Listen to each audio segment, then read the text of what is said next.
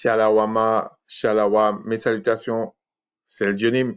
J'espère que vous allez bien, vous l'héritage du Tout-Puissant, et au peuple qu'il a rattaché, et à ceux qu'il a fait miséricorde. Pour les autres, allez voir les autres, moi je suis qu'un homme. Ok. Ici, on essaie de ne pas vous vendre des fables. Donc, si vous aimez les fables et vous m'aimez pas, c'est normal. Hein? C'est pas que vous êtes malade, c'est normal. C'est normal. Ce que je vais parler aujourd'hui, je vais finir avec la série que je faisais sur les Juifs. Peut-être après, enfin quand je dis sur les Juifs, sur ce qui est écrit dans les Écritures, parce que après ça, après on peut dire ce qu'on veut, mais c'est pas les Écritures pour moi. Donc il y a aussi après je vais peut-être essayer de faire si le Tout-Puissant me le permet.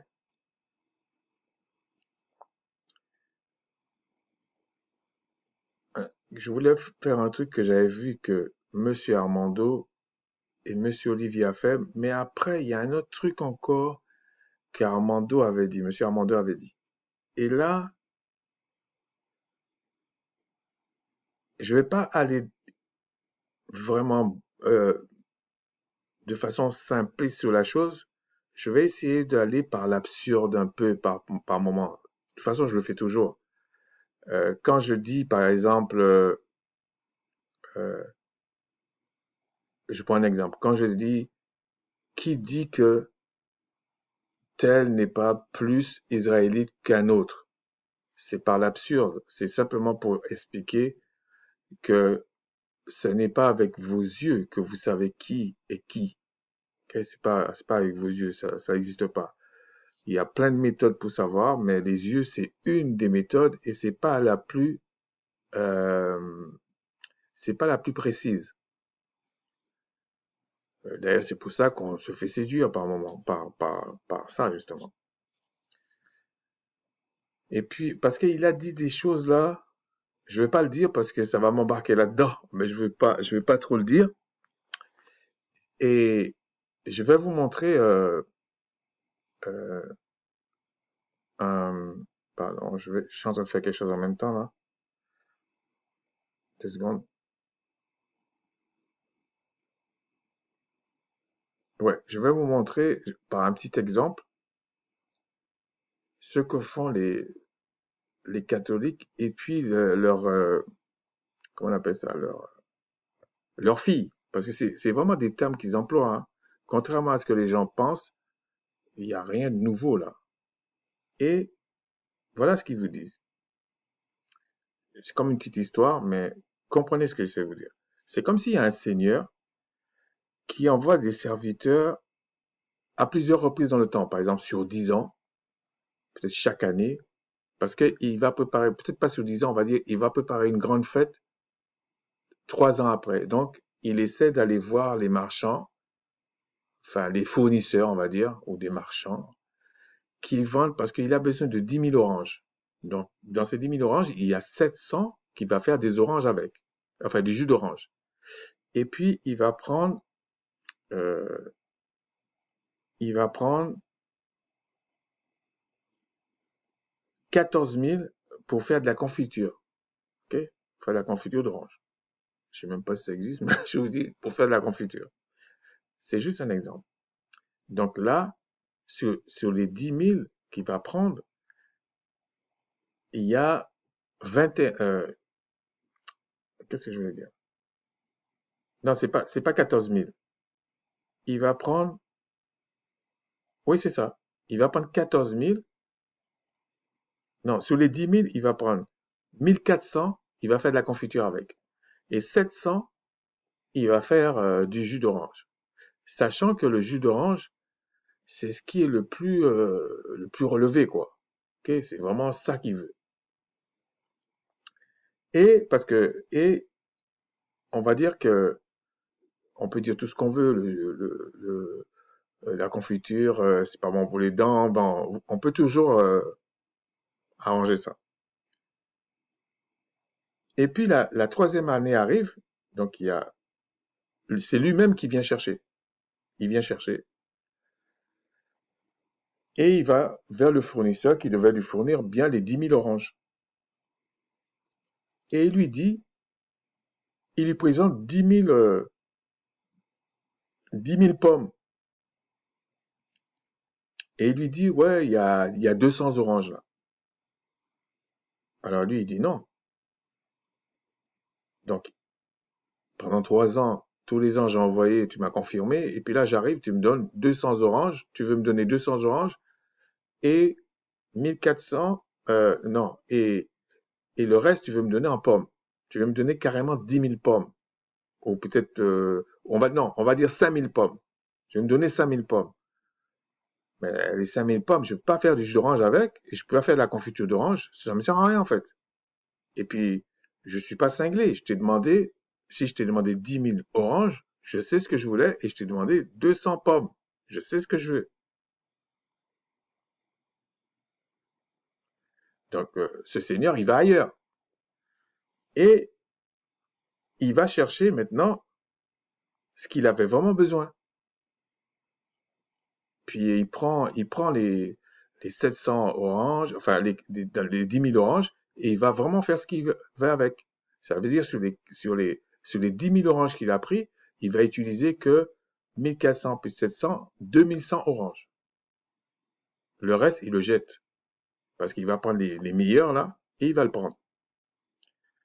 Et puis en partant, il dit, bah, ouais, donne-moi, il demande quand même à l'autre fournisseur, donne-moi quand même les 200 pommes. Je vais faire du jus de pomme avec.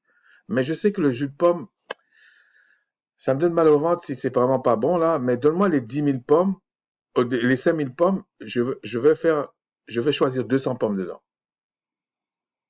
pour faire un bon jus de pomme et on va faire comme ça. Mais comprenez bien que c'est les oranges qui l'intéressent, c'est pas les pommes. Donc, quand il va commencer à servir, il va faire les choses. Si vous voulez, le, le, le, la boisson d'honneur, c'est le jus d'orange, c'est pas le jus de pomme. Ok? Faut bien comprendre ce que j'essaie d'expliquer.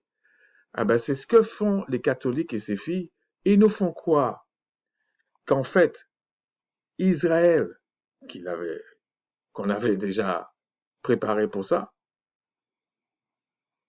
parce que déjà,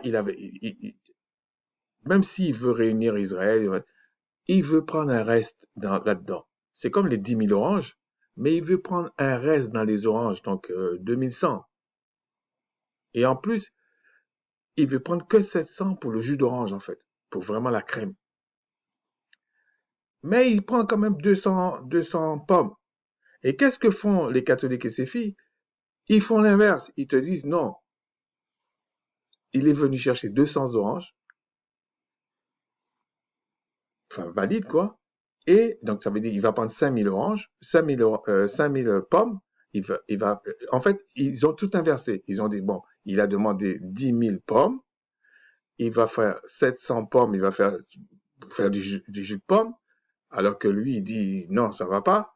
Et il va prendre 1400 pommes pour faire de la confiture de pommes.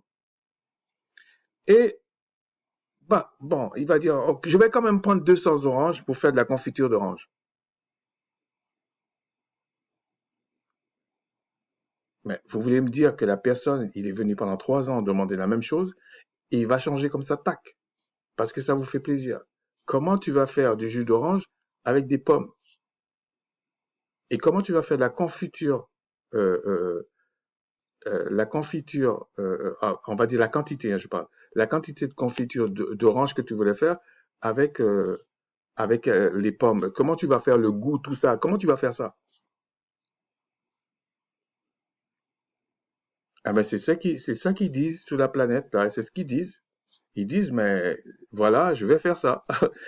Que, que le créateur, depuis le début, parle toujours de la même chose. Il sait ce qu'il fait Ils demandent ça, mais non, il n'y a rien à faire. Ils te disent, il va prendre d'autres personnes et il va mettre d'autre côté. Et il va même prendre euh, euh, euh, certains pour passer pour le millénium. Mais on va revenir sur ça parce que pour quelqu'un comme, bon, je le dis en toute humilité, parce que Armando a dit, lui, c'est l'eschatologie. Mais ce qu'il dit là, je me demande s'il comprend tout l'eschatologie. Je me demande, peut-être il s'est mal expliqué, je sais pas, mais on va voir, parce que j'ai même téléchargé les vidéos cette fois-ci pour que je puisse aller voir, parce que quand je mets la vidéo, je n'entends pas, donc il faut que j'aille précisément. Et, euh, et j'oublie pas aussi Monsieur Olivier qui a dit un truc là, c'est par rapport pourquoi je fais ça, c'est parce que ça m'intéresse en fait, hein. C'est pas, je suis pas un justicier, je m'en fous complètement de ça. C'est parce que ça m'intéresse et on va voir qui qui fait les femmes, parce que Monsieur Olivier, j'ai remarqué, il aime envoyer les gens en enfer, hein. Lui, il aime toujours les envoyer en enfer. Je dis, mais ça veut dire que c'est quoi? Ça veut dire qu'il y a personne qui va aller de l'autre côté. C'est tout le monde va aller en enfer. C'est quand même. Alors que moi, j'évite de dire ça parce que dans la même Bible, c'est marqué, tu ne diras pas qui va monter, qui va descendre, hein. Donc, c'est pour ça que je dis rien du tout. Surtout si je ne vois pas les œuvres de la personne. Je vais pas dire ça. Peut-être si je vois les œuvres de la personne, je peux avoir une idée, mais bon, normalement, on n'est pas là pour dire, toi, tu vas aller en enfer, toi, tu vas, non, il faut, quand même, t'es sans pitié, quand même. Il faut faire attention, monsieur Olivier, parce que des fois, on est sûr, et puis c'est peut-être pas ça, mais bon. Donc, on va commencer. Au commencement, le Père des esprits, bon, je vais pas rentrer dans les détails, créa les cieux et la terre. Si tu veux mettre au pluriel, ça va être les Elohim. Les Elohim. Si je le dis pour que vous compreniez les mots, mais sachez qu'en aparté, moi je dis pas ces mots-là. Donc, euh, créèrent les cieux et la terre. Ensuite, quand on va ici, au commencement était la parole. Donc Jean 1.1, la parole était avec le Tout-Puissant et et la parole était le Tout-Puissant. Ces deux commencements-là, c'est pas les mêmes. Ce commencement-là, même si c'est la nouvelle alliance, comme on dit, c'est le plus lointain. Ça veut dire que c'est le créateur lui-même. C'est l'existence lui-même. Parce que c'est à partir de là qu'il crée, en fait. C'est l'existence lui-même. Et ici, l'existence existait déjà.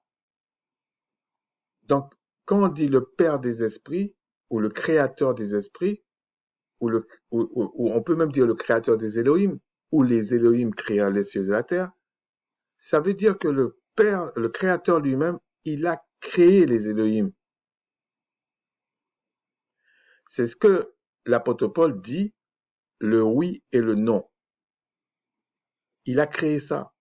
Et à partir de là, il leur a donné des mesures d'esprit pour avoir la capacité de faire sa volonté et de créer les choses. Ça veut dire qu'en fait, peu importe que ce soit les esprits proposés pour le mal, les esprits proposés pour le bien, le Père, il est toujours au courant. Alors pourquoi je dis ça? Regardez. Il dit dans la Lamentation 3:37 par son prophète, qui dira qu'une chose arrive sans que le Seigneur l'ait ordonné? Ça veut dire que c'est lui qui ordonne même le mal. D'ailleurs, il dit, n'est-ce pas la volonté du Très-Haut que viennent les maux et les biens? Pourquoi l'homme vivant se plaindrait-il? Pourquoi quelqu'un va se plaindre des choses? Ça veut dire qu'il y a une ignorance, on ne comprend pas. Si un malheur t'arrive, pose-toi la question, pourquoi ça t'arrive? Si un bien t'arrive, bah, c'est que tu es heureux. Mais je dis un bien, le, le, le, le bien, c'est pas quelque chose qui te réjouit seulement. C'est quelque chose qui n'est suivi d'aucun chagrin. C'est ça le bien. Parce que tu peux avoir quelque chose au départ, ça te fait une joie, et après tu regrettes, hein. Ça, c'est pas le bien, ça. Ça, c'est le mal. Mais on t'a trompé, on t'a séduit. Parce que la parole est claire. Le bien, c'est quelque chose qui t'arrive et il n'y a pas de chagrin. Il y a pas, ça suit pas le chagrin. Ça, tu sais que c'est le Tout-Puissant qui, dans sa miséricorde, dans le oui, t'a donné quelque chose. Sinon, c'est pas vrai. Donc, aujourd'hui, on va poursuivre. Là, ça va être un petit peu, on va quand même parler de plusieurs choses avant. On va aller dans Proverbe 22. Peut-être que les gens ne comprennent pas parfois ce que j'essaie de dire. Alors, Proverbe 22, 3 et 4. L'homme prudent voit le mal et il se cache. C'est pas qu'il est lâche. C'est pas qu'il est lâche. Le Tout-Puissant, il se cache aussi. C'est pas qu'il est lâche. Donc, on vous dit l'homme prudent. Donc, l'homme prudent, l'homme sage, il voit le mal et il se cache. Et vous savez, à force de cracher sur ceux qui essaient de faire des choses, admettons que c'est vraiment le Créateur qui les saisisse pour faire ça. La loi va s'appliquer. Ils vont se taire à un moment donné. Ils vont aller parler à d'autres personnes, à d'autres trucs. Et les autres qui disaient n'importe quoi, parce que lui, il va se cacher. C'est pas qu'il est lâche. Il va se cacher. Et puis les autres qui pensaient machin, ils vont faire leurs affaires et on va voir ce que ça produit. Parce que tu peux avoir deux types de champignons. Un champignon bon et un champignon venimeux. Pourtant, c'est des champignons. Pourtant, c'est la même terre qui les a fait pousser. C'est la même eau qui les a arrosés. Mais il y en a un qui est sain et un qui va te tuer. Ben, c'est le même principe. Vous pouvez entendre des paroles. Il y a des paroles qui peuvent guérir, qui peuvent faire plein de choses. Et puis, il y a des paroles qui peuvent tuer. Ben, ils vont se démerder. Et on te dit, toujours comme les catholiques et ces filles essaient de nous vendre, ah, mais si tu aimes tout le monde, si tout le monde est ceci, ils chantent même pour parler, etc. On vous dit, mais les simples avancent et sont punis. Ça sert à rien de se prendre pour ce qu'on n'est pas.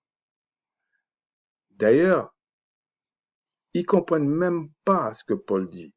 C'est pas parce que Paul dit, je regarde les choses comme de la boue, c'est pas qu'il dit que c'est de la boue. C'est qu'il compare des choses entre la grâce en le Christ et les autres choses qu'il fait. Mais il a jamais dit il faut tout jeter. C'est comme quelqu'un, par exemple, on va dire dans le soccer ou dans le foot.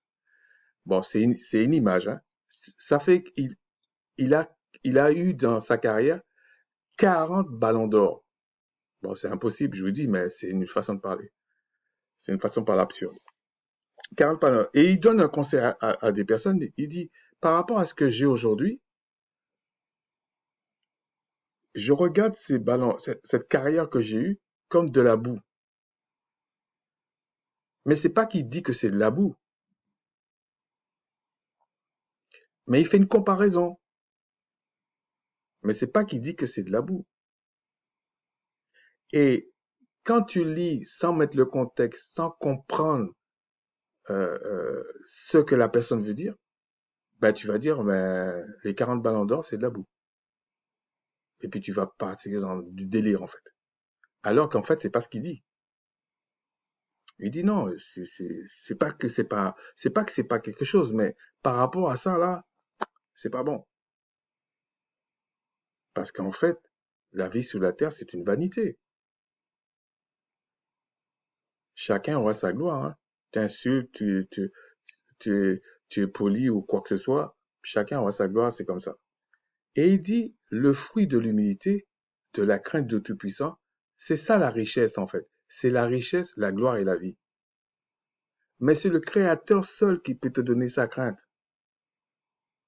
Il sauve qui il veut. Ça peut être dur comme ça, là, mais c'est lui qui ordonne toutes choses. Vous pouvez voir quelqu'un là, il a la galère là, comme ça. Faut pas te réjouir, parce que toi, tu es sur la même terre et tu subis la même loi. Mais tout ce qu'il vit là, c'est pour ça qu'à un moment donné, je crois que c'est les disciples qui demandaient à Christ, il y avait un jeune ou un homme qui était aveugle, et il lui dit, mais est-ce que c'est à cause de ses parents et tout ça? Donc ça veut dire qu'ils avaient tous ces trucs-là. Et Christ lui a dit, non, c'est pour manifester la gloire du Père, la gloire du Créateur en fait. Donc déjà, même là, il explique, sans entrer dans le détail, que tout vient du Créateur en fait. D'où vient aujourd'hui, on nous fait croire que non, c'est le Créateur, c'est le diable qui combat le Créateur. C'est quoi ces bêtises-là? Est-ce que c'est ça que l'Évangile parle? Bon, bref. Bon, ensuite, euh, je vais voir si j'avais pris ça. Oh là là là là. Je vais faire une petite pause là parce que je devais prendre un truc. Attendez, et je l'ai pas mis. Ok, je fais une petite pause. Oui, je suis de retour, excusez-moi pour ça, mais c'est parce qu'en fait, je voulais mettre un lien et puis j'ai perdu. Alors, pour comprendre ça, les strong, c'est des concordances en fait, ce n'est pas parce que les gens voient ça qu'ils utilisent ça. Ça existe depuis, regardez, ça vient de James Strong et ça existe depuis, on va dire, depuis le 19e siècle. Ok? C'est lui qui avait fait ça la première fois en 1890. Donc les gens pensent que si tu utilises ça, c'est que tu veux copier sur lui, tu veux pas copier sur lui, on s'en fout de tout ça. Et je me rappelle, donc je peux pas dire exactement la date, mais c'était au moins en 90, peut-être 95, peut-être 92, je me rappelle pas. Ok? Et le frère Allegra, qui habite en Angleterre, peut-être il connaît cet endroit-là, mais c'est dans le nord de l'Angleterre. Et j'avais été faire un séjour linguistique, je devais avoir peut-être 3, 4 semaines, un truc comme ça. Je me rappelle plus qui m'avait donné cette adresse. Et bon, c'était comme un piège, hein. Bon, je vais pas rentrer dans les détails, mais moi, je croyais qu'on était là pour un séjour linguistique, mais c'était un endroit où on voulait marier les gens. Moi, je savais pas, en fait.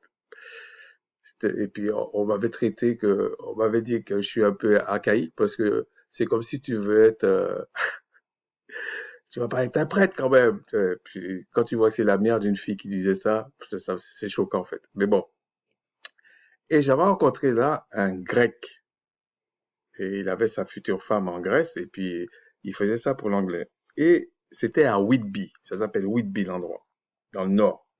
Ouais, c'était plus dans le nord. Whitby. Et c'était une petite place là. J'avais bien aimé comment la ville était. Et il, il me saoulait avec ça. Partout où j'allais avec lui, on discutait, on discutait. Dès qu'il y avait un mot, il me disait l'équivalent grec. Oh là là là là là. Et j'avais déjà un autre qui commençait ses études de linguistique, qui me pompait la tête. Là, c'était dans la ville où j'étais en France. Et moi, j'ai dit, Seigneur, mais moi, je te dis pas la linguistique. Mais j'étais intéressé par les relations humaines, les trucs comme ça. C'est pareil pour la psychologie. Donc, c'est pour ça que ça me fait rigoler. Parce que c'était pas mes domaines, mais des fois, quand tu prends des cours, on te donne ça en plus. C'est pour ça que ça m'étonne quand les gens viennent, ils disent, t'as un problème de santé mentale, t'as ceci, t'as cela. En plus, je suis avec une là, c'est un vrai dictionnaire médical. Ça veut dire que si je lui dis, C'est quoi ce truc-là? Brab, ça tombe pile poil. Donc, je peux même avoir le sens médical dans un dictionnaire en live. C'est quoi? Tac, tac. OK? Donc, ça me fait toujours rigoler quand je vois les gens traiter les autres de n'importe quoi, de tout. Je sais bien que c'est comme un défouloir, mais si vous êtes des hommes, vous faites pas comme ça. Voilà, si vous faites pas comme ça. Donc, ça me fait toujours rigoler. Et donc, ça veut dire que il y avait déjà un matraquage de la linguistique. Et la linguistique, c'est pas prendre un dictionnaire ou je sais pas quoi et tourner comme ça. Il faut savoir comment on a une langue et tout ça. Et les mecs m'expliquent, enfin, surtout celui qui faisait la thèse expliquait ça. Mais de l'autre côté, là, je vous dis, pendant 3 ou 4 semaines, le mec, bam, bam, chaque fois, il me disait, c'est du grec, c'est du grec, c'est du grec. Et en même temps, l'autre me dit, le français, c'est un raccourci de dire le latin. Et j'avais déjà expliqué ça. Et un jour, j'ai vu une émission qui était à la télévision. Et là, c'était les linguistes qui disaient, non, c'est une façon de parler, mais ça vient pas du latin. Et moi, je le répète à l'autre, et il me dit, ouais, tu me croyais pas. J'ai dit, non, c'est pas que je te croyais pas.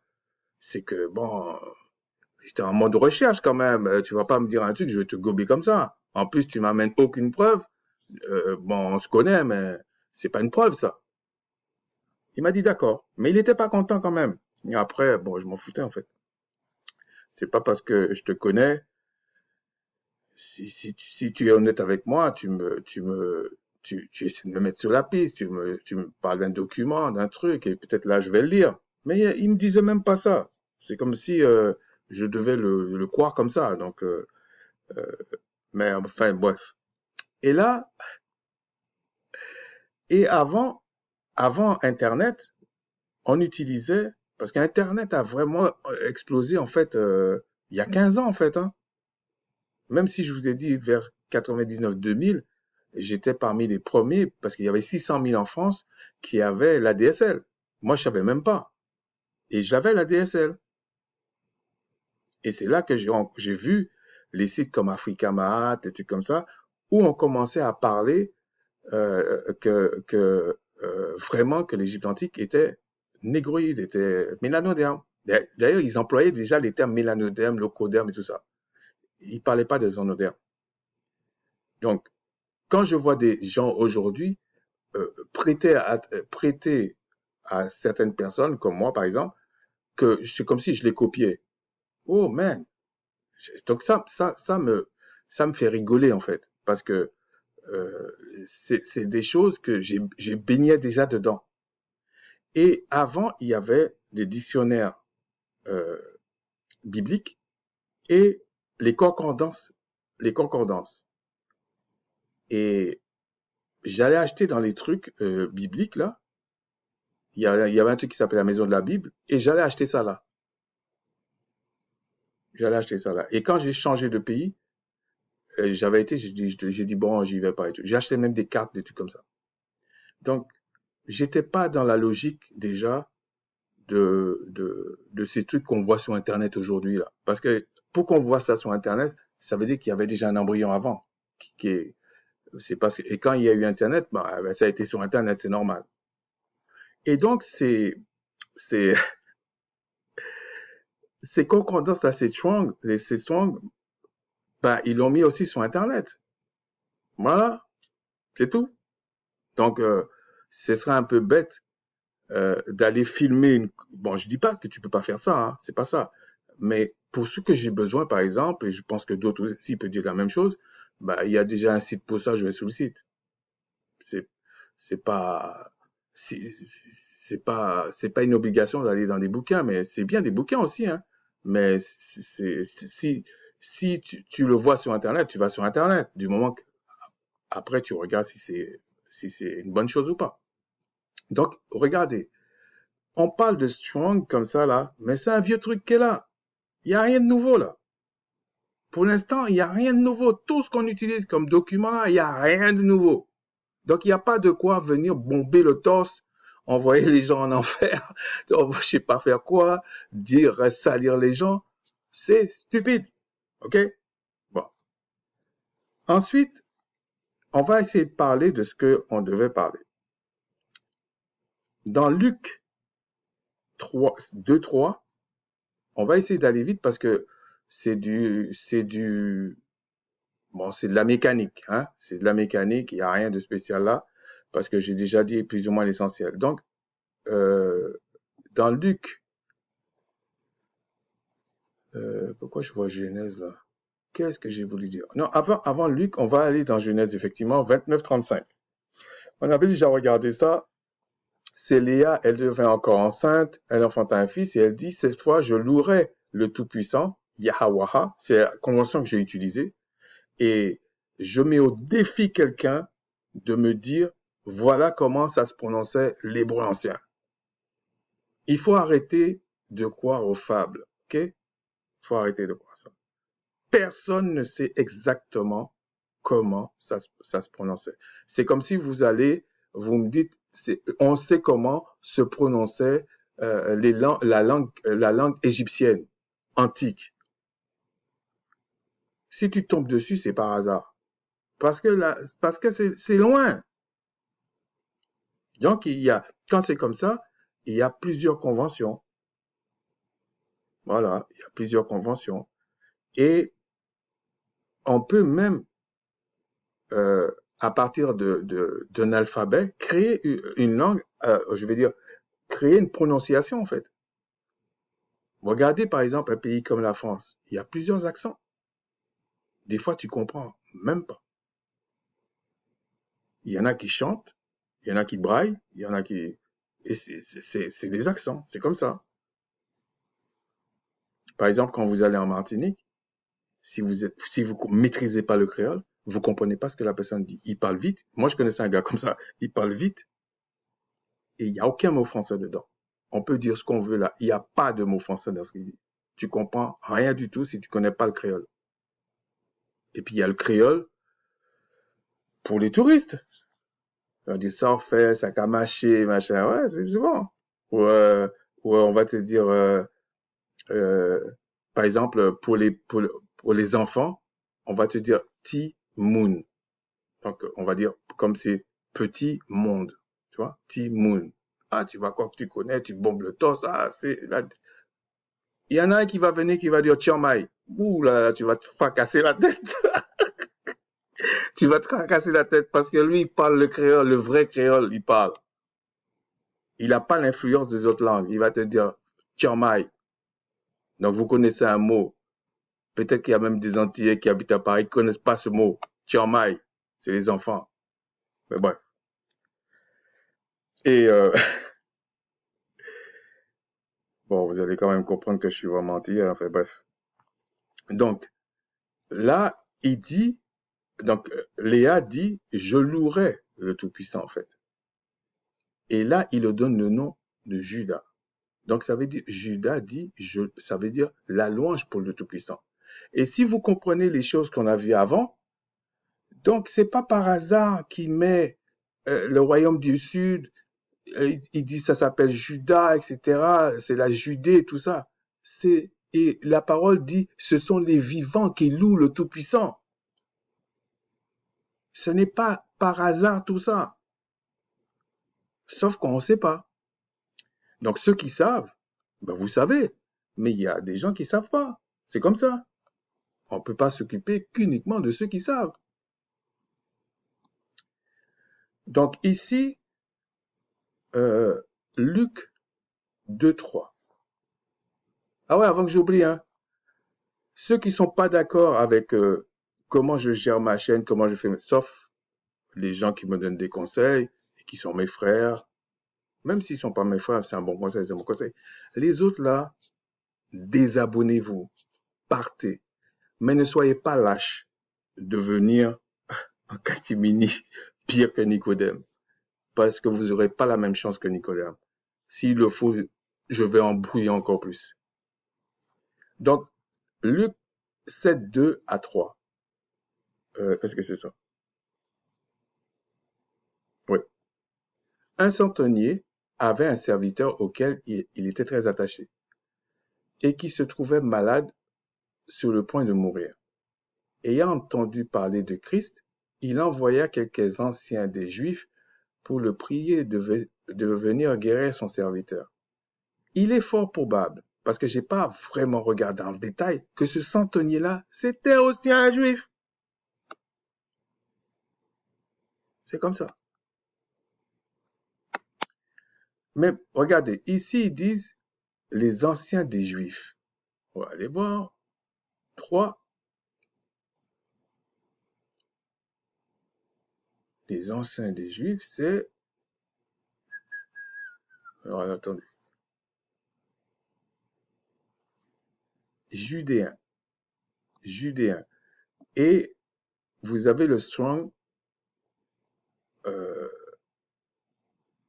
2453 pour le grec.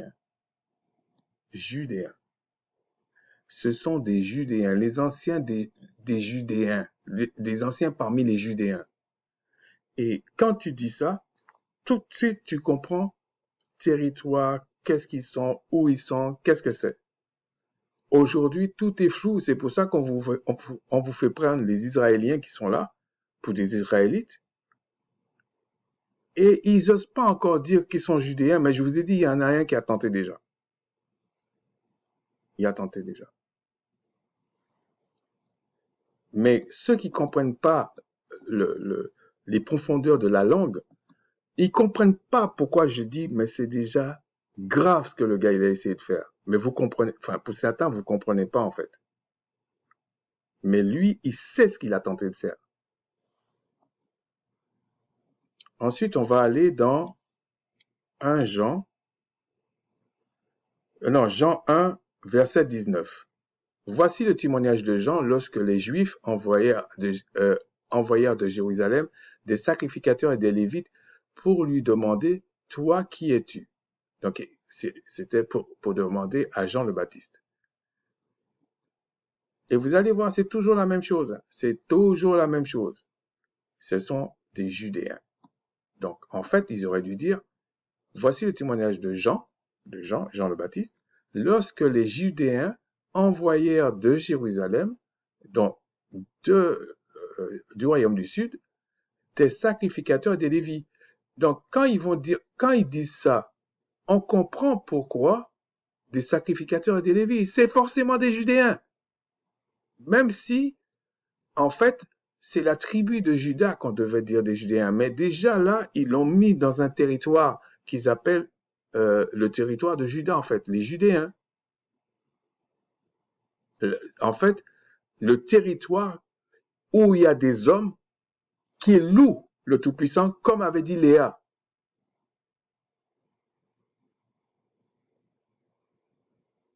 Et c'est ceux-là, c'est pour ça qu'ils avaient pris quelque part un peu la grosse tête. Ils méprisaient le royaume du Nord.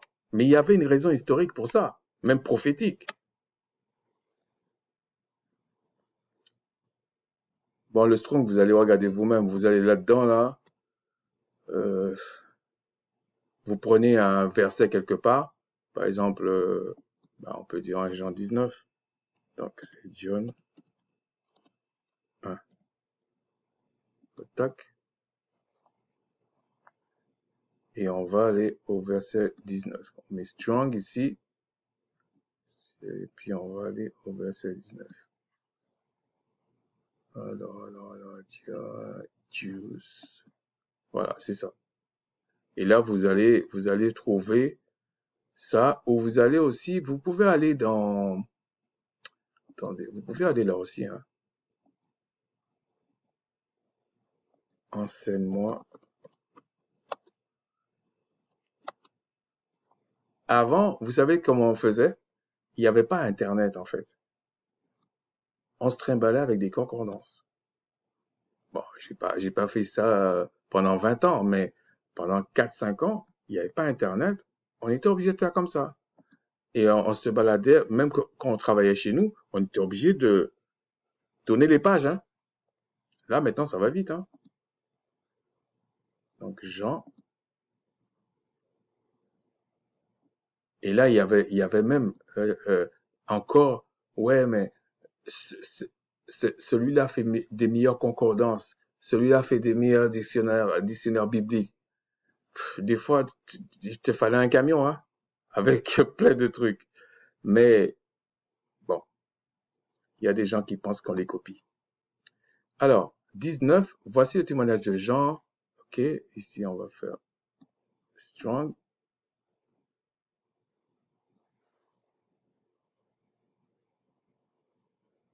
Alors, OK, juif, vous voyez, c'est 24, 53.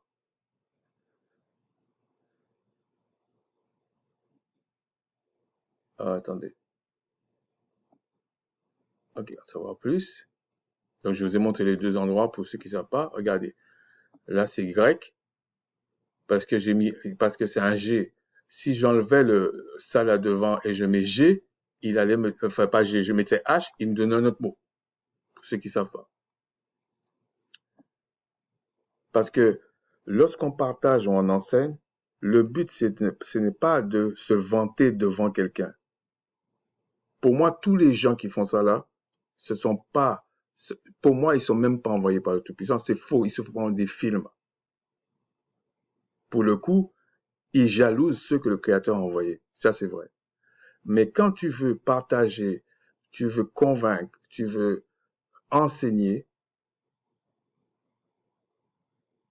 tu dois te soucier que l'autre qui est en face comprenne ce que tu dis.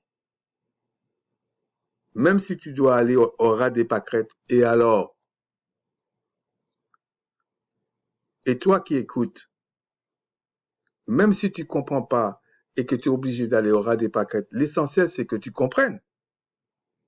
C'est pas que tu aies honte, que l'autre machin, tout ça. Il y a même dans certains cas, j'ai même accepté dans d'autres domaines que les gens parfois m'envoient sur les roses parce que moi ce que j'ai besoin c'est l'information. Voilà, j'ai pas besoin que tu sois mon ami, ok? Regardez, juif appartenant à la race juive. Bon, la race juive, ça n'existe pas vraiment. Mais il faut comprendre, je comprends ce qu'il veut se dire. Juif au regard de la naissance, la race, la religion. Vous voyez, juif au regard de la naissance, de la race, de la religion, ça n'existe pas ce truc-là. Ça, c'est un truc yiddish, là. Il vous parle yiddish déjà. Et quand je vois de ceux qui se disent israélites, vraiment israélites, et qui est en train de faire la promotion du yiddish et qui me disent que non, c'est moi qui connais rien, ben continuez. Hein. Regardez, il dit juif, juif de Judée. Mais en fait, c'est de Judée qui est vraiment le truc en fait. Mais bon. Et je pense pas spécialement à une personne là, je pense en général parce qu'il y en a d'autres, il y a plein qui font ça. Hein. C'est pas que ce genre de personnes.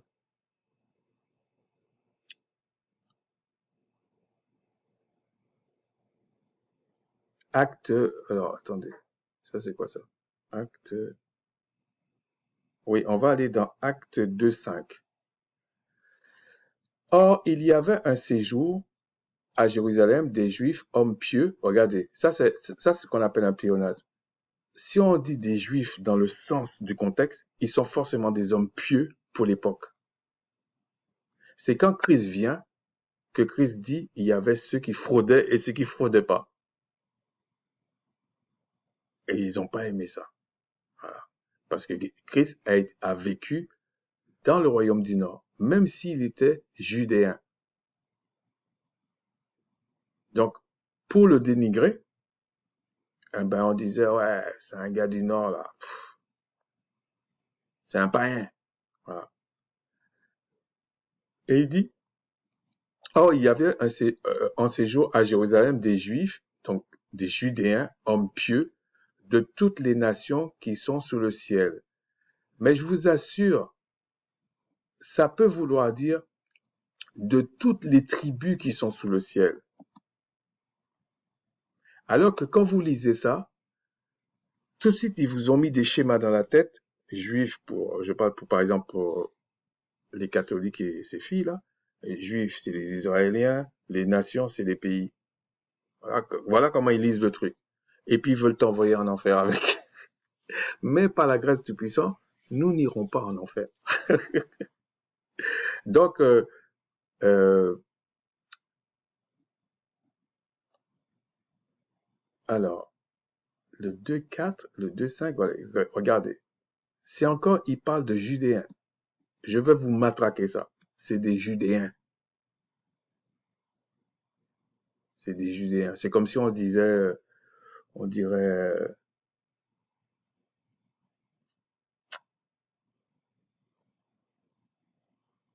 je sais pas, mais il peut y avoir des équivalences comme ça dans le monde. C'est-à-dire que le territoire a donné un mot un peu contracté, juif, mais en fait, ça veut dire judéen. Sinon, on va aller attendez, dans Acte 10, 22. Acte 10, 22. Alors, on va aller là. Acte 10, 22. Ils répondirent, Corneille, centenier, homme juste devant, en craignant le Tout-Puissant, et de qui toute la nation des Juifs, vous voyez, là, ils disent nation. Donc, en fait, si on mettait ça en hébreu, on dirait, bon, je paraphrase, hein, tout, tout le goy des Juifs, en fait. Alors qu'aujourd'hui, il y a même certains Israélites qui disent ça. Ils parlent de goïm comme s'ils parlaient, c'est-à-dire que ils parlent comme s'ils généralisaient que goïm, c'est les nations, les autres peuples en dehors d'Israël. Mais Israël est aussi un goy. Rend un bon témoignage et a été saintement averti par un Saint-Jean, un Malaaka. Et Malaaka, c'est une convention que j'ai choisie. Ça n'a pas été inventé par un gars de ce siècle. Hein? C'est une convention qui est là depuis des années. Il y en a d'autres qui vont prendre d'autres conventions. De te faire venir dans sa maison et d'entendre tes paroles. Mais quand on lit dans le contexte, on te dit Corneille centenier, homme juste, encore un centenier, l'autre était aussi un centenier, et craignant le Tout-Puissant. Comment il peut craigner le Tout-Puissant s'il n'est pas judéen? Parce que sinon, si Corneille était même du royaume du Nord, peut-être qu'il allait même pas appeler un judéen qui est le Christ. C'est pas possible. C'est ça que j'essaie de vous faire comprendre pour certains.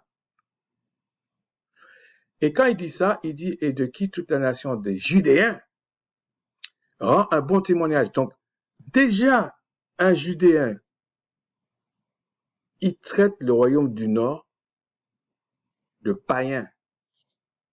C'est péjoratif, ça, de païen. En plus, il a la preuve historique, pour le coup historique, que le royaume du Nord avait été rejeté par le Tout-Puissant et que Juda, nous on dit Juda comme ça, mais eux, ils savent que le mot veut dire euh, ceux qui louent le Tout-Puissant. Ils savent que c'est ça que ça veut dire. Et ils savent que ceux qui louent le Tout-Puissant, ce sont les vivants. Ils savent ça. Les rois, tout vient d'eux. Je veux dire les rois agréés par le Tout-Puissant. Ils savent ça.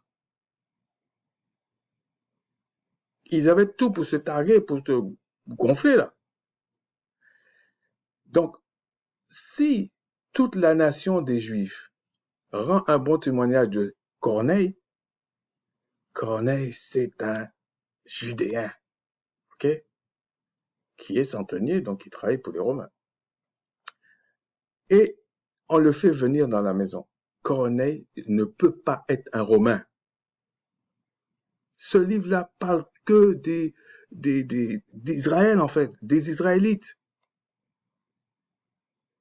Il parle pas d'autre chose.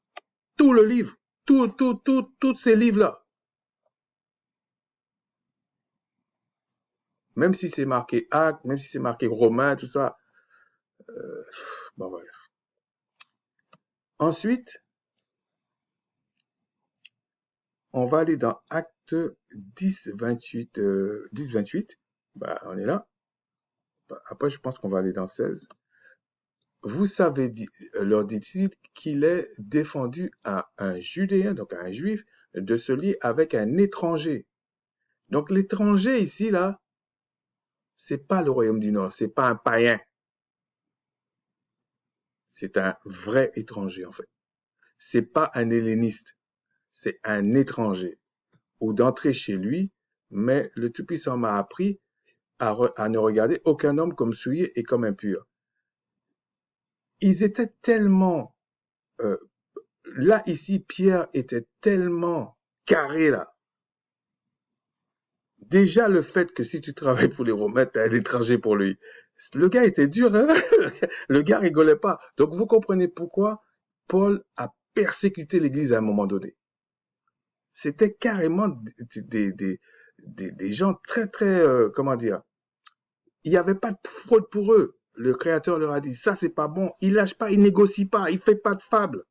Donc, quand Corneille l'appelle, alors que les Juifs, il ne sait pas vraiment que Corneille est un Judéen. Il ne sait pas, en fait.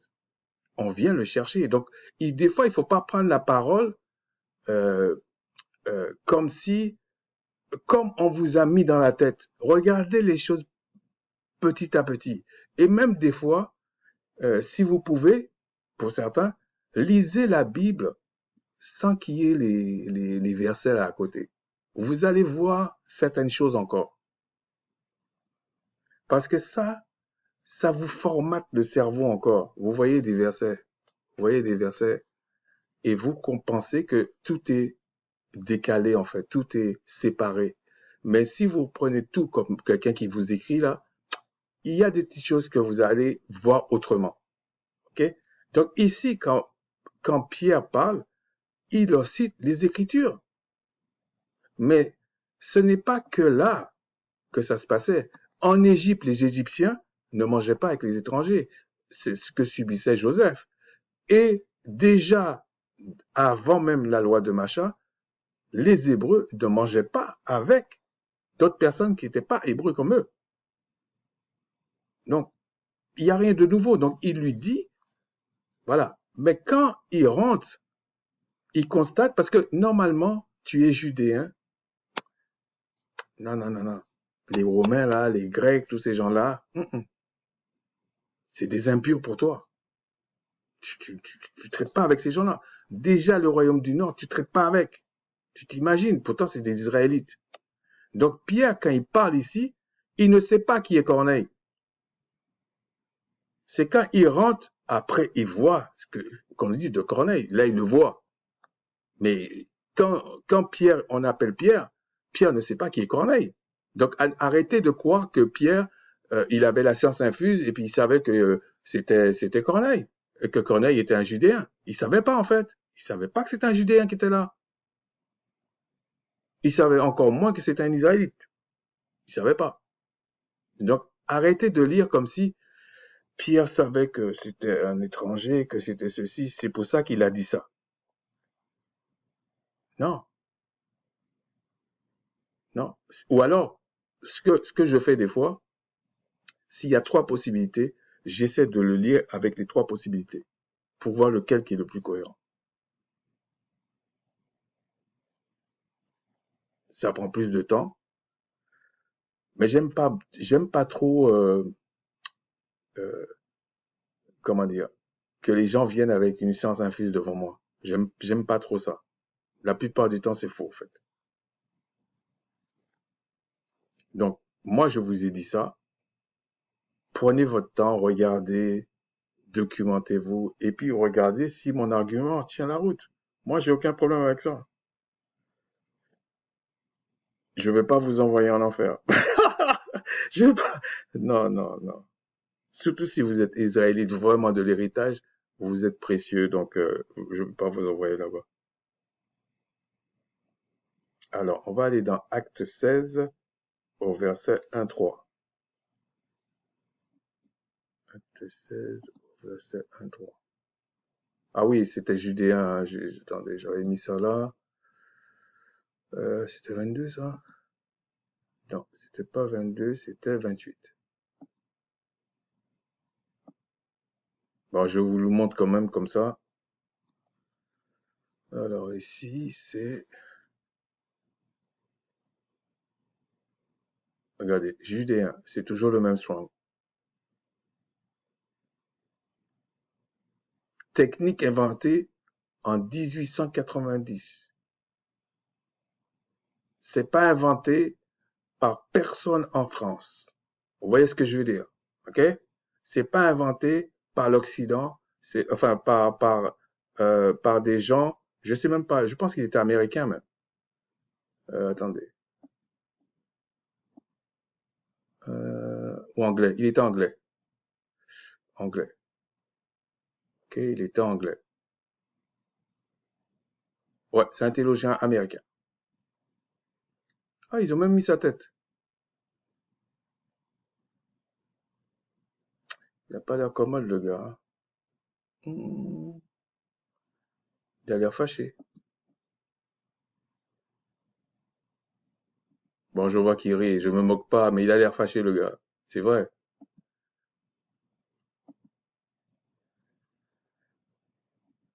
Alors, ensuite, 16-1-3.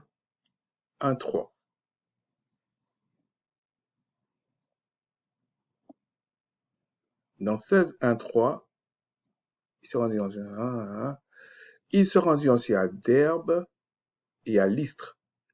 Et voici, il y avait un disciple nommé Timothée, fils d'une femme juive fidèle et d'un père grec. Alors, bon, je ne vais pas lire le reste. Et il dit que son père était grec. Regardez, Paul a voulu l'emmener avec lui, mais l'ayant pris, il le circoncit à cause des Juifs qui étaient dans ce lieu. Bon, je ne vais pas parler de la circoncision, je dis comme ça, mais je vais revenir sur ça. Revenir sur ça. Puis vous allez en juger vous-même, hein. Car dans ces lieux-là, qui étaient dans ces lieux-là, car tous savaient que son père était grec. OK? Donc tous savaient qu'il était helléniste. C'est pas qu'il était devenu un spécialiste du zizi. OK? C'est pas ça en fait. Parce que je tiens à dire que un Israélite, c'est quelqu'un de pudique, c'est quelqu'un de pieux. Et dans la loi, il devait même pas voir la nudité de l'autre. Et ça me choque toujours que vous prenez pas compte de ça pour certains, même quand l'apôtre Paul parlait de circoncision, il, il, le niveau était plus élevé, ok? Le niveau était plus élevé. On, les Israélites ne parlent pas de ça. C'est pas que c'est un tabou. C'est que la loi leur dit, il faut être pudique et pieux. Vous n'allez pas chercher l'intimité des gens comme ça. C'est déjà un adultère. C'est déjà une forme de, pas de prostitution, mais de, de, de fornication. C'est pour ça que je vois les gens distiller ça là, je dis, bah, ouais, on est tombé bien bas. Mais bon. Alors, ouais, c'est 1-3. Donc, regardez, il parle ici, la mère était, regardez, la mère était judéen, c'est pareil, G24-33, 53, et helléniste, son père était helléniste. Mais les deux étaient israélites, les deux. Il y en a un qui avait abandonné, enfin, soit il avait abandonné, soit il était, comment dire, il était du royaume du Nord, c'est tout. Il était du royaume du Nord. Donc, en plus, il était à l'extérieur, donc c'est un helléniste. Mais la femme, ce qu'on est sûr, c'est qu'elle était une judéenne. Elle venait du royaume du Sud. L'autre, on ne sait pas. On peut spéculer, il est peut-être du royaume du Sud, et puis il a abandonné la loi, il a ceci, il a cela.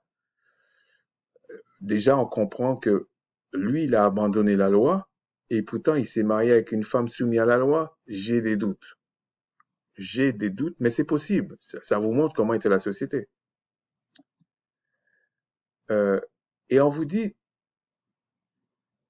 il le circoncis à cause des Juifs. Mais on va pas rentrer là-dedans. Moi, je continue à penser, Ça, c'était pour épater la galerie, mais c'est par rapport à ce que dit Paul à plusieurs reprises, ça rentre pas. euh, on peut comprendre, on comprend qu'il a fait ça pour les Juifs, mais en même temps, euh, on comprend aussi que pour moi, c'est pas la circoncision des 8 jours, là. Non, c'est pas la loi de Macha, ça. Vous comprenez? Si on est strict, c'est pas la loi de Macha qu'elle a. Il a fait ça uniquement pour les gens, et je pense que c'est pour ça qu'après qu'il a dit, je vais arrêter mes bêtises. Donc, acte 21, 21. Mais c'est pas l'objet, donc c'est pour ça que je vais vite sur ça. On aura le temps de parler un petit peu. Je vais pas rentrer dans trop de détails, parce que des fois, les petits chiens viennent dire qu'ils savent, mais tant que tu parles pas de ça, tu parles pas de certains points, ils savent pas. Donc, moi, je veux pas les nourrir.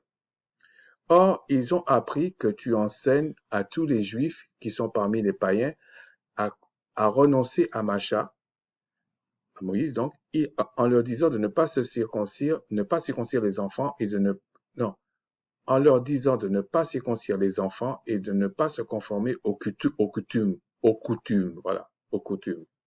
À la limite, les coutumes, je m'en fous un peu. Franchement, je vous dis par rapport aux Écritures, tu pratiques pas les coutumes, je m'en fous en fait. Mais là, c'est là qu'il y a matière à discussion, en leur disant de ne pas circoncire les enfants. Mais même là, quand il dit les enfants, c'est les bébés ou les enfants? Il faut être humble devant les textes, hein. Donc, on peut dire, soit on dit les bébés, et là on part dans une explication, soit on dit les enfants. Pour moi, un enfant, c'est pas forcément un bébé. C'est pas, parce que dans les Écritures, quand on dit les enfants, souvent on va dire les petits-enfants. OK? Surtout chez les Grecs, là, ils vont dire petits-enfants. Ils vont pas dire les enfants comme ça. Donc, s'ils disent petits-enfants, là, on peut comprendre qu'il est tout petit, petit. Bon. Mais moi, euh, qu'est-ce qu'on dit ici?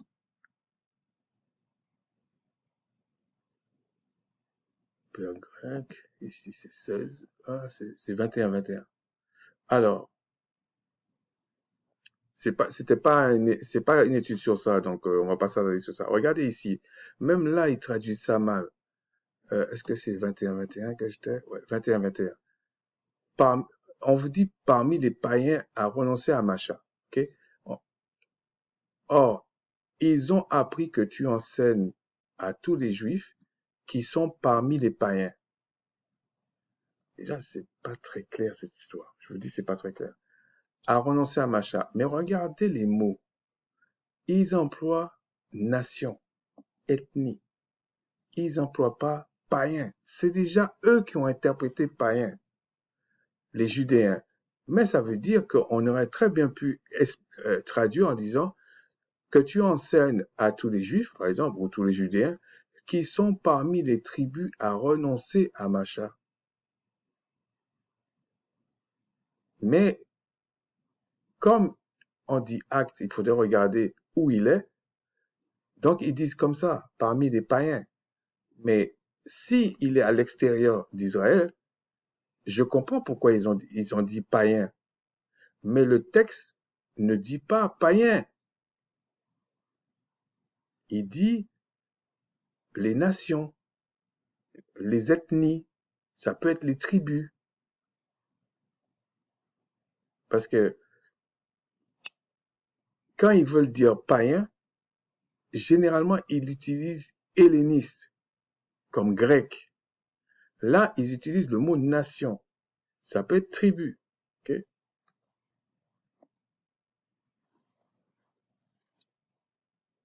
Parce que les gens qui viennent, qui disent non, il y a meilleure traduction là, il y a meilleure. Non, il faut aller dans la langue. Même si vous allez à tâtons et puis que le Seigneur vous fait grâce, je vous assure, ça va aller vite. Ça va aller vite. Donc ici, on va aller dans Est-ce que c'est... Ah non, on va aller... j'ai oublié un truc. 21-39. Bon, on va pas aller dans le strong, mais c'est juste pour dire ça. Paul, il dit, je suis juif, reprit Paul, de Tarse en Sicile. Donc, il est né ailleurs, hein. Citoyen d'une ville qui n'est pas sans importance. Permets-moi, je te prie de parler au peuple. Bon, il parle, mais il dit, je suis juif, je suis judéen, je suis judéen. Pourtant, il est né à l'extérieur. C'est comme quelqu'un, par exemple, euh, essayez de comprendre, parce qu'en Afrique, là, ils ont refait les frontières, mais essayez de comprendre, c'est comme si, par exemple, la RDC, c'est le seul endroit qui a des Congolais. C'est le seul endroit, ok? C'est le seul endroit. Et il est né à l'extérieur. La personne est là à l'extérieur, même pas en Afrique. Il est né, je sais pas, au pôle Nord. Et il dit, je suis Congolais. Il s'en fout d'avoir des papiers nordiques, il s'en fout de ça. Il sait qu'il est Congolais. Donc ça veut dire beaucoup de choses. Quand il dit il est juif, il y a la pratique, il y a tout ça. Il n'est pas qu'israélite, il est du royaume du Sud. Et il est en plus, il pratique la loi. C'est pour ça qu'il dit ça. Okay? Il dit pas qu'il est israélien. Donc acte 22, est-ce que c'est ça? Acte 22. Ok, ok, si tu le prends comme ça. Acte 22, le verset, attendez, acte 22, 1 à 3. Je vais peut-être pas tout lire, hein. C'est simplement pour dire homme, frère, tout ça. Voilà. Et là, il dit, lorsqu'ils entendent dire qu'il leur parlait en langue hébraïque, ils redoublèrent de silence et Paul dit, il répète, je suis juif. Né, il explique, il explique, il explique. Il leur explique encore la même chose. Il est judéen. Mais il leur dit, je suis né à Tarse en Sicile. Mais regardez quand ils ont fermé leur bouche parce qu'il leur parlait en langue hébraïque et en plus, il était judéen. Donc quand j'entends des gens dire, oui, mais, bon, en tout cas, des textes qui sont attribués à l'apôtre Paul, parce que je peux dire la même chose pour les textes attribués à Moïse, on ne va pas s'en sortir. Il faut analyser les textes. Il faut analyser les textes. Même quand on vous dit, ah, c'est un livre écrit par Jérémie, il faut analyser le texte. Parce que je peux dire la même expression. Un livre attribué à Jérémie. Moi, j'étais pas là quand j'étais pas là. Je sais pas pourquoi ils disent que c'est à Jérémie. Il faut être honnête. Mais en analysant, je vais essayer de regarder la cohérence de tout ça. C'est pour ça que c'est bien de ne pas avoir la grosse tête. Ça ne sert pas à grand chose en fait. Alors, Philippiens 3, 1 à 7. Bon, c'est évident que je vais peut-être pas tout lire là. Regardez, prenez garde aux chiens. Moi, j'imite mes frères, hein. Les gens qui pensent que je dis n'importe quoi quand je dis petit chien, chien, c'est comme si je vous manque de respect. Non, c'est comme si quelqu'un dise un païen. Ben, il y avait des chiens aussi là-dedans, il y avait des pourceaux, il y avait toutes sortes de choses. Alors, car les circoncis, c'est nous, nous qui rendons un culte par l'Esprit du Tout-Puissant et qui nous glorifions en le Christ, qui ne mettons point notre confiance en la chair. C'est très important ce truc-là, mais c'est pas le moment que j'en parle de ça, en tout cas donner mon point de vue. Alors, parce qu'il parle de la chair, il parle de la chair. Et le sang et la chair n'hériteront pas le royaume des cieux. Même si tu es circoncis 15 millions de fois, là, tous les ans, tu rentreras pas. Non. Par contre, tu es circoncis une seule fois dans le cœur, là tu rentres. C'est bizarre, hein? Mais la circoncision du 8e jour a un sens, profond même. Moi, circoncis le 8e jour, de la race d'Israël, de la tribu de Benjamin, hébreu né d'hébreu, quant à la loi, pharisien. Tu peux pas te battre. Le gars, enfin, Paul est comme un poisson dans l'eau quand il parle de la loi, quand il est dans la loi. Déjà, il faudrait vous poser la question, pourquoi il dit telle chose n'est pas bon, telle chose est bon? Alors que déjà, vous-même, vous pratiquez pas toute la loi. Lui, il te dit, je suis né dedans. Mais vous voulez lui donner des leçons. Ouh. Vous lui faites dire des choses qu'il n'a jamais dit. En plus, vous allez jamais dans les textes en grec. Il y a même certains qui regardent même pas plusieurs versions. Non, c'est comme ça, vous dites n'importe quoi, il te crache dessus, il te saute dessus. Et donc, ici, il dit certaines choses, mais c'était simplement pour le situer, en fait, que tu dis ça. De la tribu de Benjamin, hébreu né d'hébreu. Donc, ça veut dire qu'il a dépassé l'histoire de machin, en fait. Il dit hébreu né d'hébreu. Il part depuis la Genèse. Donc, il remonte, il passe par Abraham. Là, il se réfère à Abraham. Alors, ensuite, on va aller dans Acte 14, 1, 7. C'est sûr que je ne vais pas tout lire. Hein. 1, 7, je vais aller directement. Il parle deux fois de juifs. Il dit, verset 2, mais ceux des juifs qui ne crurent point, excitèrent et aigrirent les esprits des païens contre leurs frères. Donc, il parle de païens et de juifs. On va voir verset 2. Alors, il parle bien des Judéens. Et regardez, quand il parle de païens, c'est ce que je vous avais dit tout à l'heure, il parle d'hellénistes. Il parle pas de nation. Donc, c'est pour ça que quand vous étudiez un mot, je vous assure, si vous aimez pas ça, ça va vous barber tout de suite. Mais je vous assure, des fois, pour un mot, tu te balades dans toute la Bible. Heureusement qu'il y a des sites pour aller chercher les mots là, parce que quand il y avait les concordances sur papier là, tu t'arrachais la tête. Okay? Quand je vois qu'il y a tout sous la main, et on n'a pas le temps. Mais vous avez le temps pour certains, 5 heures sur Internet, on ne sait pas ce qu'ils font. Ils sont là à défiler des trucs. Regarde la nouvelle chaussure, la nouvelle robe, le nouveau pantalon, le nouveau jeu, le nouveau machin. Ils regardent des endroits qu'ils ne vont jamais y aller, etc. 4-5 heures par jour. Pour certains. Même des hommes.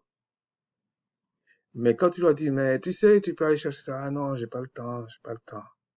Bon, t'as pas le temps. Okay. Faut déjà te dire la vérité. Hein. Ensuite, on va aller dans le verset 5. Comme les païens et les juifs de concert avec leurs chefs se mettaient en mouvement pour outrager et les lapider. Ok. Paul et Barnabas ayant eu connaissance se réfugièrent dans les villes, etc. aux alentours. Là, c'est pareil. On va voir s'ils disent toujours la même chose. Verset... non, tout à l'heure, j'ai regardé verset 5. Ben non, on va regarder le verset 5. Est-ce qu'ils disent pareil? Bon, Judéen, c'est pour les Juifs. Est-ce qu'ils disent la même chose? Regardez. Là, c'est pareil, c'est nation. C'est nation. Il dit pas helléniste. Donc, il faut quand même étudier chaque chose. Ça veut dire qu'il fallait qu'on s'attarde encore sur ça. Vous voyez, ça va prendre trop de temps. Mais je vous dis, païens ici, là, ils emploient un autre mot que que helléniste. Là, il parle d'ethnie. Donc, c'est quand même un peu plus large. Je sais pas comment vous expliquer ça. S'il disait helléniste, on sait que c'est aussi des Israélites. Là, il parle plus large. Mais faut pas oublier ce que je vous dis. Des fois, il faut faire attention. Même ethnie, là, il faut faire attention. Comment des Juifs qui mangent pas avec des étrangers, ils veulent même pas manger avec leurs frères du Nord, ok? Va se mettre de concert avec des, on va dire vraiment des Grecs pour aller lapider leurs propres frères juifs. Ça n'existe pas. Ça n'existe pas, ça. On vous raconte des bêtises. C'est pas comme ça qu'il faut lire ce texte, ok? Parce ils ont eurocentré tout le truc. Ça y est, je parle comme les Kamites maintenant. Oh, punaise. Ah là là. Non, non, ben c'est quand même ça qu'ils font. Ils ont eurocentré leur truc, là. C'est un peu la petite histoire. Au lieu de, au lieu de dire que c'était pour les oranges, ils veulent nous vendre les pommes. Alors, acte 11, 1 à 3. Acte 11, 1 à 3. Pourquoi j'ai pris ça? Voilà. Les apôtres et les frères qui étaient dans la Judée, donc s'assidus dans la Judée, le royaume du Sud, alors il y avait le temple, les sacrificateurs, les Lévites, les sectes pharisiens, sadducéens, enfin, là où il y avait, selon eux, et pendant un moment, même là, du fait qu'il y avait le temple là, il y avait l'esprit du Créateur là. Voilà. Quand on dit l'esprit du Créateur, de temps en temps, il y avait des anges qui intervenaient. Et que les païens avaient reçu aussi la parole du Tout-Puissant. Bon, on va voir.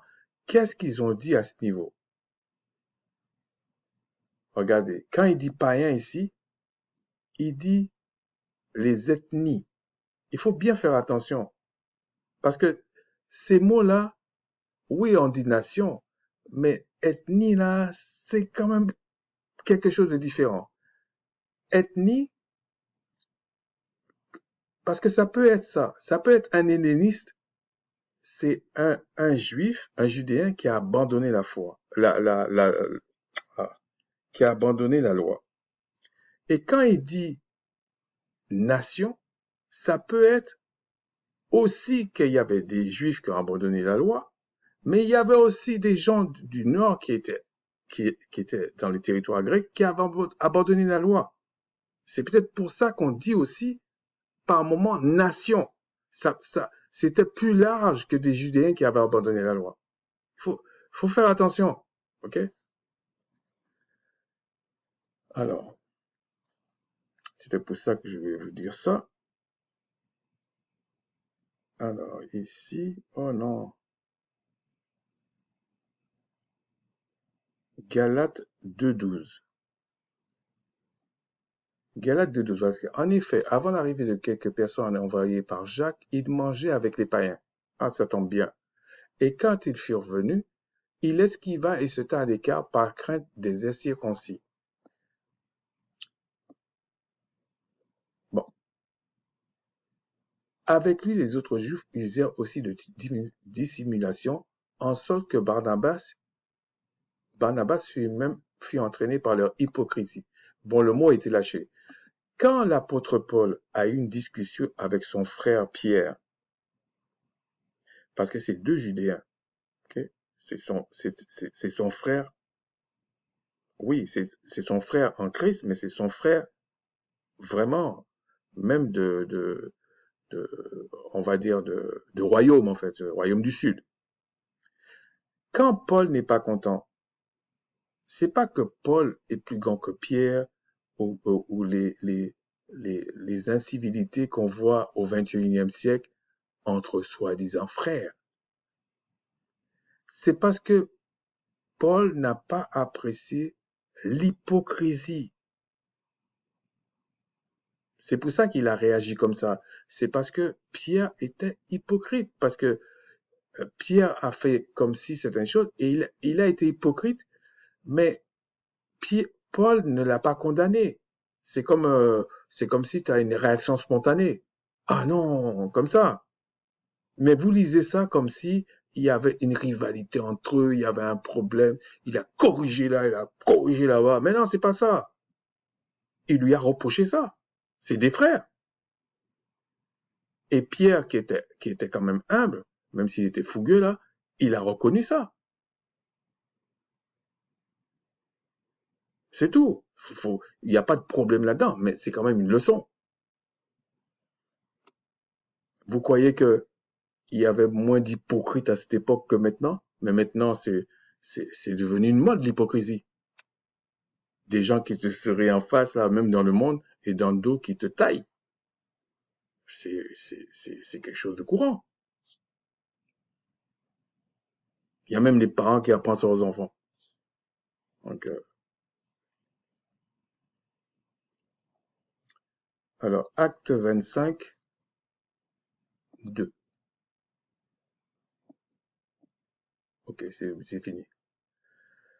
Alors, au verset 2, les principaux sacrificateurs et les principaux d'entre les Juifs, donc ça veut dire on est dans le royaume. J'ai même pas besoin de regarder, de, de dire auprès de César et machin. Dès qu'il dit ça, les principaux sacrificateurs et les principaux d'entre les Juifs, donc dès qu'il dit sacrificateurs, ils sont dans le royaume du Sud. Il n'y a même pas besoin de se casser la tête. Sauf s'ils te disent un élément qu'ils se sont déplacés. Mais tous les principaux sacrificateurs en même temps se déplacent. Non, ils sont dans le royaume du Sud. Lui portèrent plainte contre Paul et ils firent des instances auprès de lui et dans des vues hostiles. Et c'est pareil ici. C'est toujours des Judéens. Donc ils ont dit Jérusalem, est-ce que c'est verset 2? Judéens, c'est aussi des Judéens. Mais c'est normal en fait. Si tu commences à comprendre comment ça marche là, il y aura des automatismes et tu vas plus jamais lire la Bible comme un catholique a fait lire ça. Et il y a encore malheureusement, je suis désolé de le dire, mais que personne se sente visé. Je dis les choses parce que euh, j'aurais aimé que quelqu'un me dise la même chose que je dis là. Ok? Il y a même certains qui se disent israélites qui lisent la Bible comme des catholiques. Hein. Quand je dis catholique, c'est le terme générique, comme un catholique romain. Et il est persuadé que il est tellement persuadé. Bon, je pense pas, monsieur Olivier, forcément, mais il est tellement persuadé, il t'envoie en enfer. Il t'envoie en enfer. Alors qu'il est en train de lire la traduction d'une traduction d'une traduction. Ben bon, c'est un peu dommage. Ensuite, on va regarder, ok, on va finir avec ça, acte 17, 10 à 34. Évidemment, je ne vais pas le lire. Hein. On va aller, acte 17, 10 à 34.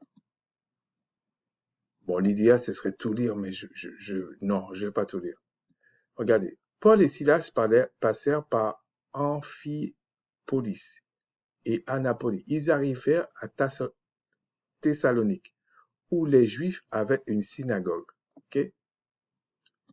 Bon, où les Juifs avaient un lieu de rassemblement, en fait. Hein. Okay? Les Juifs, là, on va voir. Qu'est-ce que j'ai fait là? Pourquoi je vais à acte 26? Acte 26, pourquoi j'ai fait ça?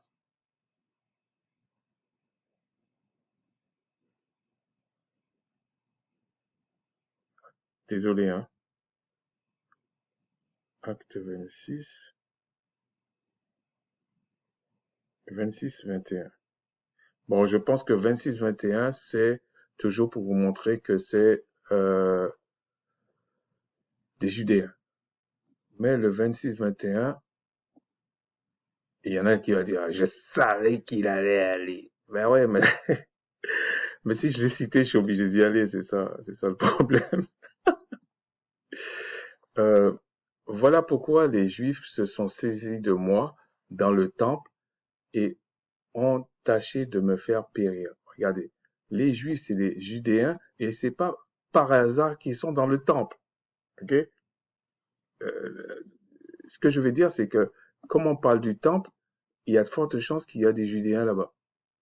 Donc, c'est pas par hasard en fait qu'il y a ça. Par exemple, tu peux avoir des Juifs ou des Judéens qui sont hors de Jérusalem, donc hors du royaume du Sud, mais forcément là où il y a le temple, en tout cas à cette époque, il y a forcément des Judéens, parce que c'est dans la terre de Judée que sont le temple, les sacrificateurs, tout ça. Et d'ailleurs, la majorité, enfin les fêtes, les convocations étaient faites dans le royaume du Sud, hein, parce que c'est là qu'il y avait le temple, les principaux sacrificateurs, le souverain sacrificateur, les Lévites, les scribes, ils étaient tous là. Ok. Et dans le royaume du Nord, vu ce qui s'est passé avec Jéroboam, ouais, je pense que c'est Jéroboam. Chaque fois, je confonds Jéroboam et Roboam, mais il me semble que c'est Jéroboam. Et donc, eux, ils avaient abandonné le culte, ils avaient abandonné tout, hein.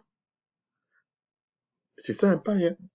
C'était quelqu'un qui pratiquait le bon culte et qui, tout d'un coup, arrête de le pratiquer. C'est ça un païen. Un païen, c'est pas quelqu'un qui pratique rien du tout et puis vous l'appelez païen. Par contre, à cause des ancêtres de, de- des Israélites qui avaient pratiqué la bonne chose, on peut dire aujourd'hui que les Israélites qui s'ignorent et qui sont dans l'islam, dans les religions là, ce sont des païens. Ce sont même des idolâtres. Ce sont même des rebelles. Ce sont même des égarés, peu importe. Mais c'est aussi des païens. Parce que quand tu dis païen, c'est que tu sous-entends que la personne avait pratiqué le vrai culte à un moment donné. C'est ça que ça veut dire.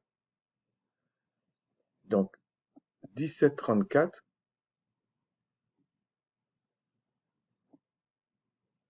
bon, c'était des Judéens. Franchement, je ne vais pas dire tout, hein. J'étais bien motivé, mais quand je vois vous allez lire tout, hein, si vous le pouvez. Euh, mais franchement, j'ai pas le temps parce que en lisant, en fait, pourquoi j'avais fait ça? Avec toutes les explications que j'avais données, je disais que ça allait faire une sorte de petite conclusion et on allait le lire pour voir euh, comment ça se passait. Mais c'est trop long, ok? Par exemple, le verset 4, on dit une multitude de Grecs craignant le Tout-Puissant. Et là, ils vont te dire, ouais, machin, mais on va voir ce que c'est. On arrête là, de toute façon, hein. Donc, 17, combien ça va? 17, 4.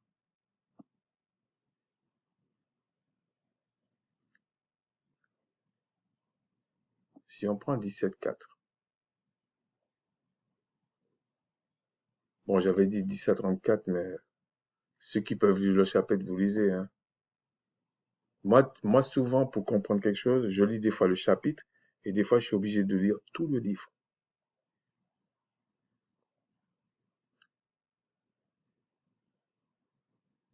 Alors, le 4, alors, une multitude de femmes,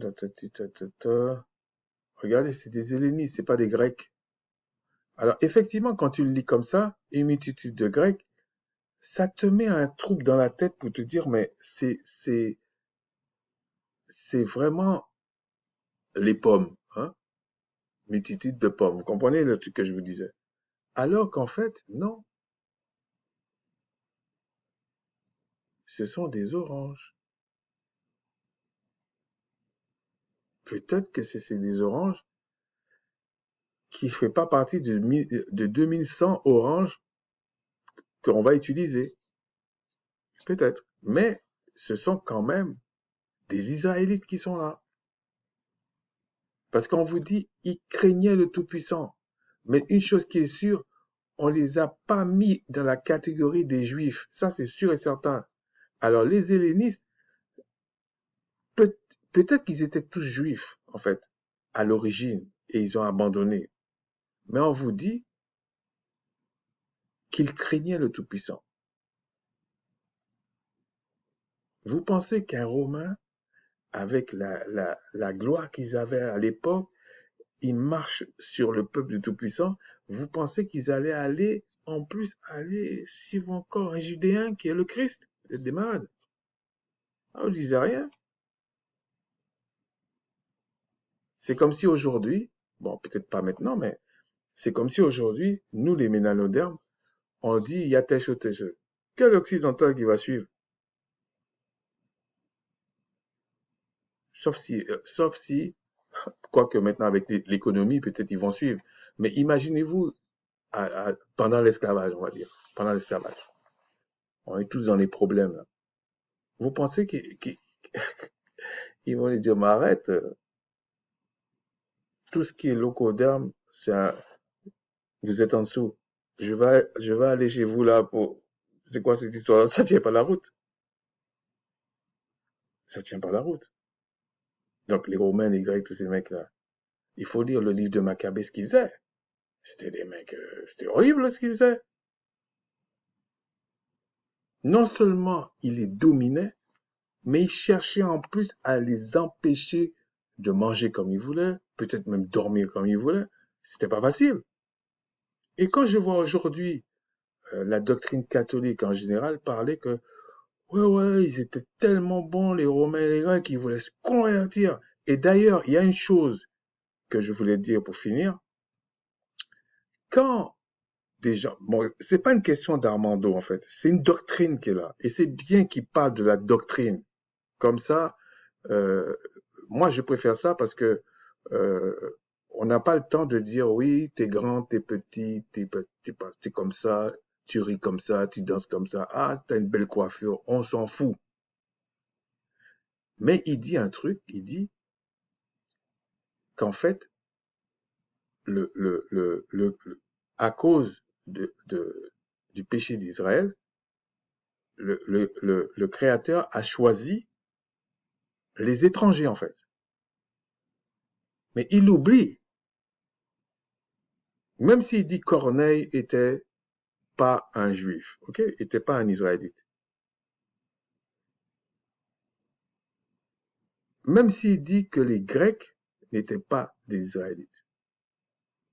Mais les apôtres étaient tous des Israélites. Le Christ lui-même était un Israélite. Euh, les 120 qui étaient dans la chambre haute, c'était des Israélites. Ok? Donc, comment il peut dire que le Créateur a abandonné Israël? Puisque comment on appelle ça, les fondations même de ce qu'ils appellent le christianisme, c'est encore les Israélites. Mais comment on peut dire un truc pareil?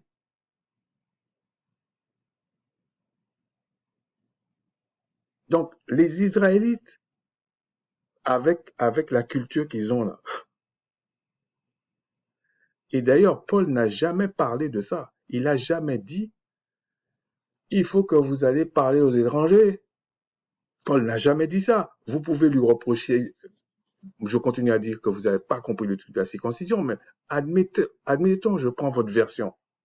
Mais est-ce que Paul a dit qu'il fallait euh, ne pas parler aux Juifs, par exemple, si on prend vos termes, des Juifs, et d'aller parler à ceux qui ne sont pas Juifs?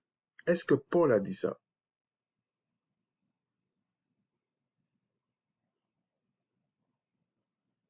Est-ce que Paul a dit ça? Non. Paul n'a jamais dit ça. Même si vous prenez l'histoire de Pierre qu'il a dit qu'il agit de façon hypocrite, mais le gros de ce qui se passait, même le Christ, on te dit 1000 âmes s'est converties, 3000 âmes s'est converties, c'était tous des Israélites. Malgré tout ce que Christ faisait comme miracle. À part la cananéenne qu'on a citée clairement qu'elle était cananéenne, tous les autres étaient des Israélites. Mais comment il peut dire qu'ils ont abandonné? Même ça, là, déjà, ça tient pas. Sur ce, je vous dis, Shalawama, plaise au Tout-Puissant de vous bénir selon selon ses bénédictions, hein. Et puis, peut-être que je vais parler de deux choses là avant de parler de la loi, parce que c'est incontournable la loi. Mais sachez que sans une repentance éclairée, vous perdez votre temps. Sur ce, Shalom.